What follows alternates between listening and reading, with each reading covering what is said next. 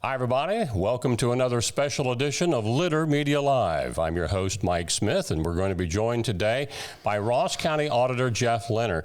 Jeff is here to talk about property taxes. As we do this interview live, the state legislature is convening in a special session today, possibly to override the governor's line item veto of what the legislature did on property taxes in the biennial budget. Also, we'll be talking about the budget for Ross County, how that looks moving forward. Our interview today brought to you by Tomlinson Insurance. Back with Jeff Lehner right after this. This is Andy Tomlinson. When insuring what's important to you, our agents are there when you need us the most. Tomlinson Insurance, for the best coverage at the best cost. Visit us online at tomlinsonins.com to learn more. We're back with Ross County Auditor Jeff Lehner. Jeff, good to be with you today. Hey, thanks for having me. Let's talk first of all about what the legislature is doing. Again, as we are doing this interview live, the special session has been called by the Ohio General Assembly today, July 21st, where they're looking at the possibility of overriding the line item veto that the governor had on this part of the biennial budget. First of all, from what the state is looking to do, we obviously, as we do this interview, we don't know how that's going to come out today, but from what was proposed, what would that have done for property tax in Ross County as well as other counties across the state? Well, the first thing to know is that, counties in Ohio every 3 years are required by the state to update property values. And, we saw it in Ross County in 2023. Mm-hmm. The 2022 revaluation bumped property values up about 30%. And so what that meant for taxpayers was a corresponding, not necessarily dollar for dollar increase, but pretty close to it, because Ohio has a system that taxes property value increases as though those gains have been realized by the taxpayer. And so as the values go up, the property tax bills go up, and it's a real problem in Ohio. And so now we're at the point now where for the second time in 4 years, Ross County values are going to go up. Mm-hmm. And unless something changes, tax bills are going to go up along with them. And so what the legislature wants to do is give local officials, the county budget commissions specifically, that's the auditor, treasurer, and prosecutor, the ability to adjust tax rates to avoid those property tax bill spikes and kind of de-link rising property values from rising tax bills. And that's what we're hopeful that they'll do today. The governor vetoed those provisions in the state budget bill, and the hope today is that the legislature will override those vetoes and give local officials those tools to avoid those property tax hits. Obviously, if you are a property owner, whether you own a home, you're a farmer, you own your own land, business owner, you know what you're seeing with your property taxes when those bills come in. Full disclosure, Jeff and I go to the same church, so we were chatting about this after church yesterday. Yeah. And what a lot of people might not realize, they may be looking at the county auditor, whatever county that you're living in, and say, why can't you do something? Well, your hands are kind of tied, aren't they? To a degree. So Ross County, we did cut our general fund property tax rate this year, and the way we were able to do that was that the treasurer and I, David Jeffers, the treasurer, we've been talking about property tax relief for 2 years now, and the commissioners had some different ideas.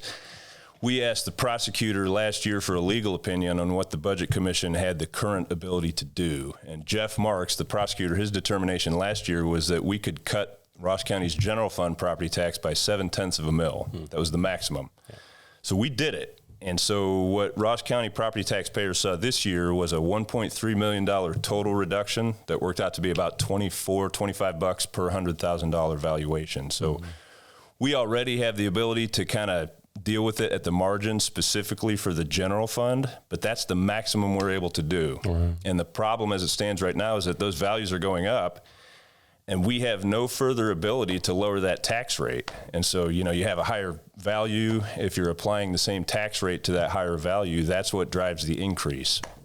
And so, again, it comes back to whether the legislature is going to override these vetoes and expand the ability of the county budget commissions to deal with this problem. And I'm very hopeful that they will, because we want to do it. Right. So, again, if the legislature overrides the governor's veto and that part of the budget bill becomes law, again, what can be done at the county level to alleviate, and keep in mind, as part of your answer, Jeff, the discussion from those in education, public education, that say it's going to hurt schools.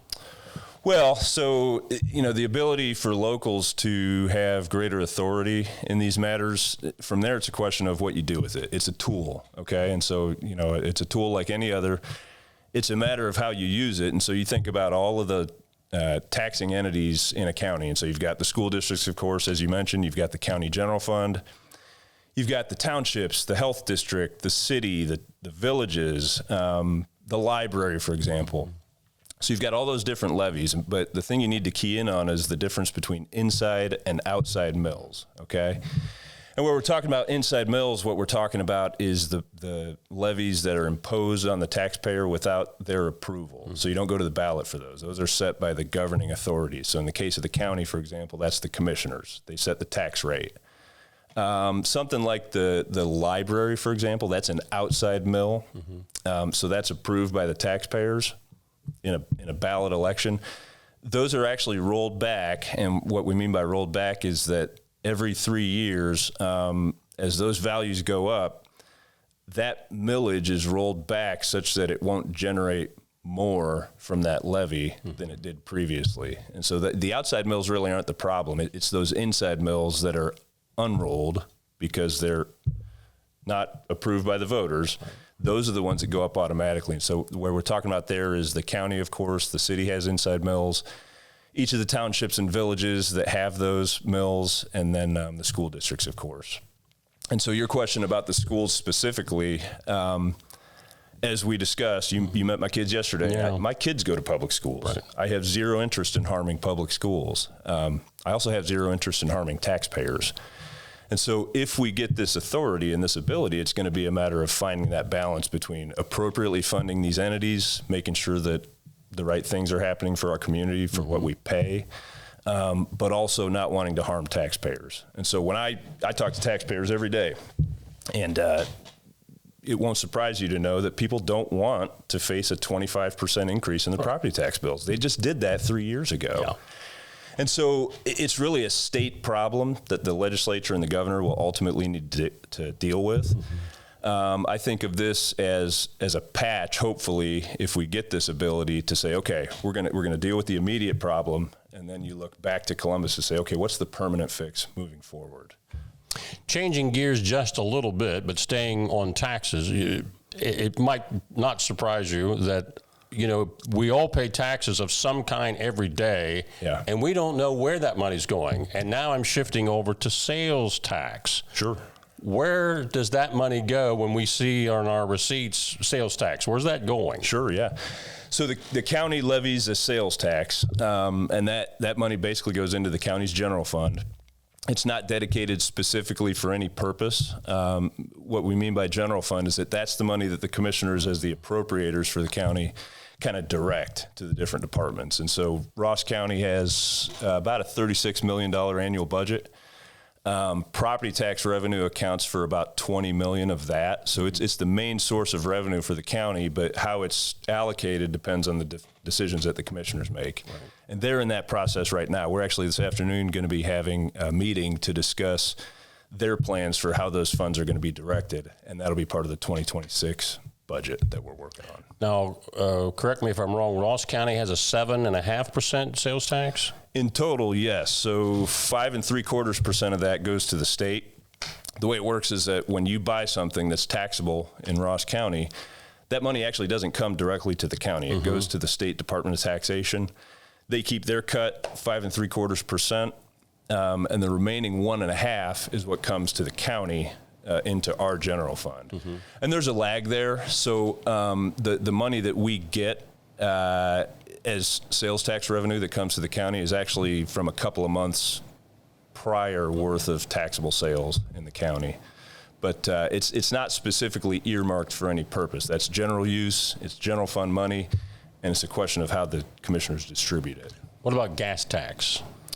Well, so gas tax, yeah, again there, that's you pay at the pump. That money goes to the state, and then we receive it from the State Department of Taxation, again there kind of as a lag.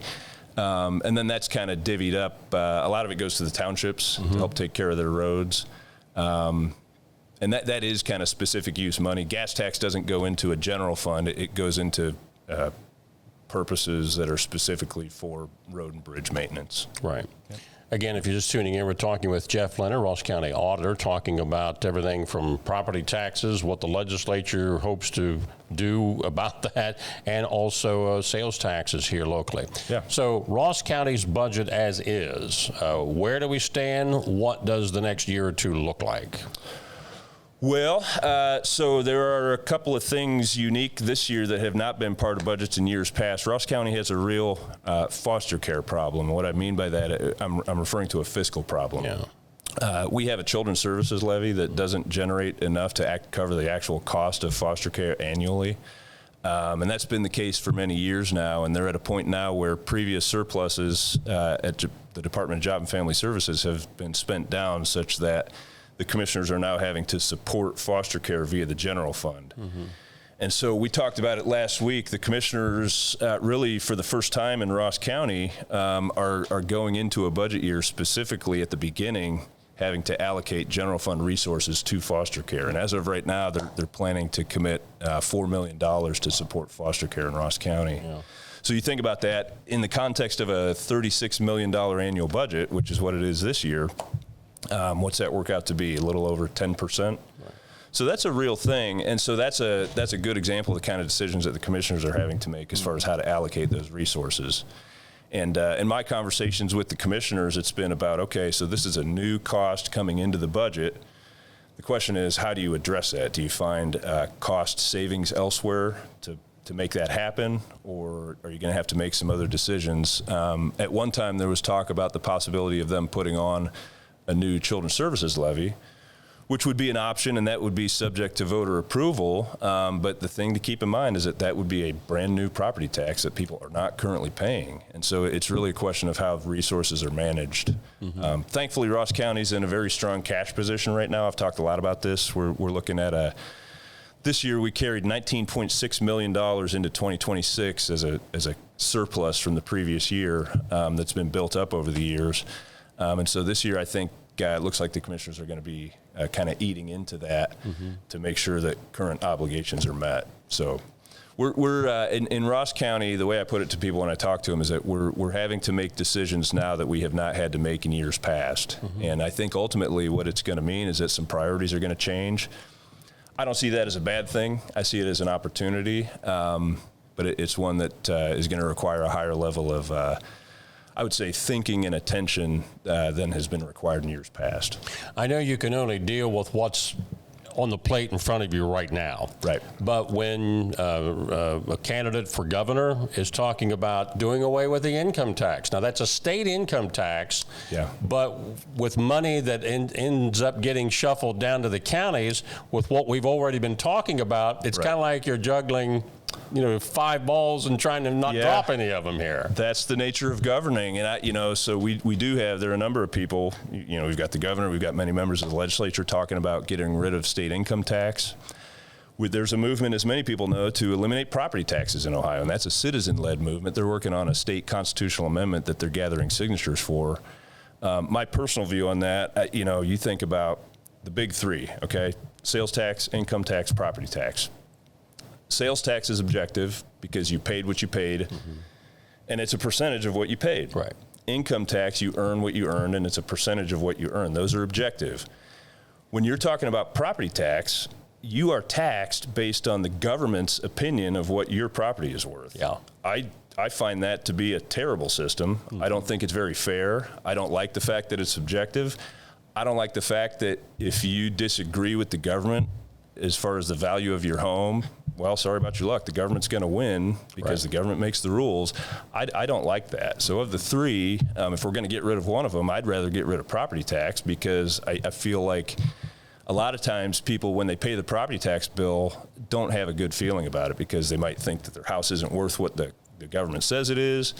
They might not like that in the current system. Well, I know they don't like because I talked to them. you have those automatic every 3-year increases where we're taxing unrealized gains. So for those reasons, of the three, I would much rather see Ohio get rid of property tax if we're going to do a major reshuffling like what's being talked about. For those of you tuning in, we're not starting a revolution here. We're just talking about what's out there on the table. And if I could say, the citizens are starting the revolution. Right. I don't think you would have the people of Ohio gathering signatures to eliminate property taxes via constitutional amendment if the state had dealt with this problem 10, 20, 30 years ago. Right. This is a long-time problem in Ohio, and thankfully we're at a point now where it's actually gotten the attention of the legislature. And they're working on the tools that are going to be needed to help address it. But I don't think that you would see that citizen movement had this been dealt with prior to 2025. Do you, I know a lot of different office holders have oftentimes regional meetings, county commissioners with other commissioners. Do you have similar meetings like that with other county auditors? Yeah, there's a state association. I have to be honest, I don't attend those meetings very frequently because my attitude, we've got in Ross County, the chief deputy auditor of Ross County, he probably wouldn't be happy to have me say his name on the air, but I'll do it. Jerry Uhrig, and for those of you who know him, he is a consummate professional. Yeah. Does a great job, very conscientious guy, and I've attended a few of those meetings, but my attitude is if I'm going to take time away from the office, it needs to be for a better purpose than what I'm able to do in the office. And so for me, I was elected in 2022, so I'm a couple of years into this. For me, the ability to spend time with Jerry, learning from Jerry, is more valuable than attending those kind of meetings. So I'm a part of that group, and I participate in their threads as far as the conversation, but I don't attend those very frequently for that reason. But you've heard many of the same concerns that you've talked about in other counties. Oh, absolutely. Yeah.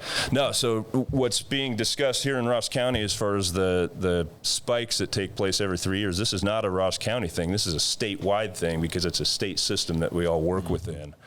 And so other counties, the way it works is that, you have that every 3-year mandate from the state to update values.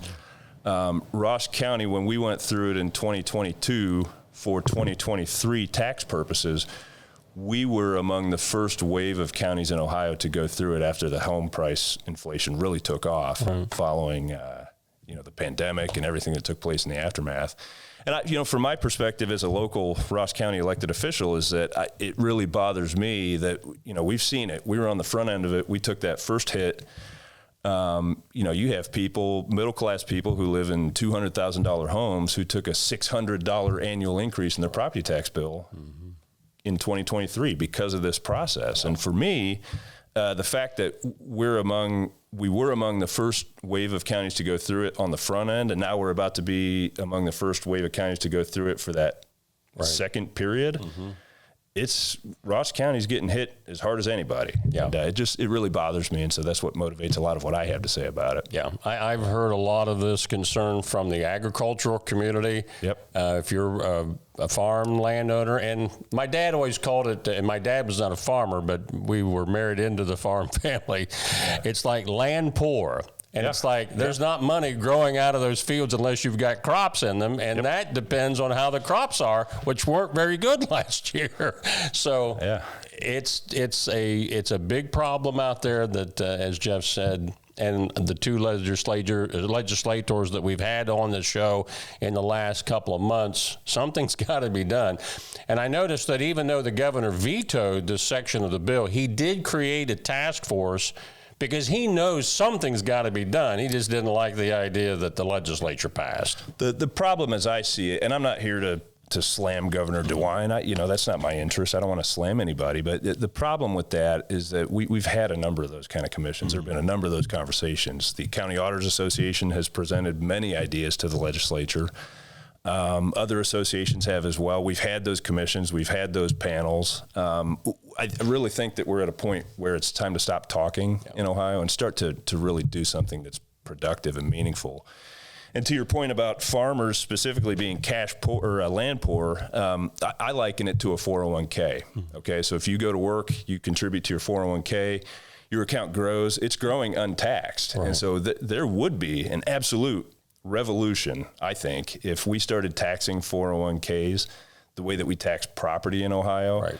If you think about it, as your home value rises, you really don't benefit from that until you sell it. Yep. Okay, so you cash out, you get that value. The way we tax property in Ohio is that we are taxing every single year growth in the value of that asset. And Right. we don't do that for most other asset accumulation that people achieve and realize and so on and so forth. So I think that we are badly in need of some major reforms to the property tax system, and hopefully we're going to get there. We're going to see the legislature hopefully will take a very positive step today.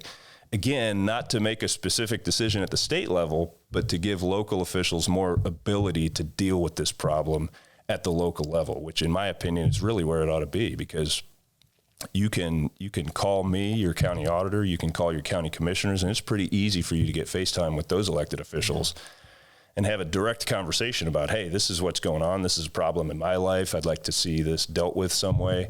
I feel like the higher up you go on the political ladder, so to speak, state level, federal level, it gets harder to get FaceTime and to get attention from an elected official the higher you go. So local's where it's at, and for me, I welcome the opportunity to be able to do more for people.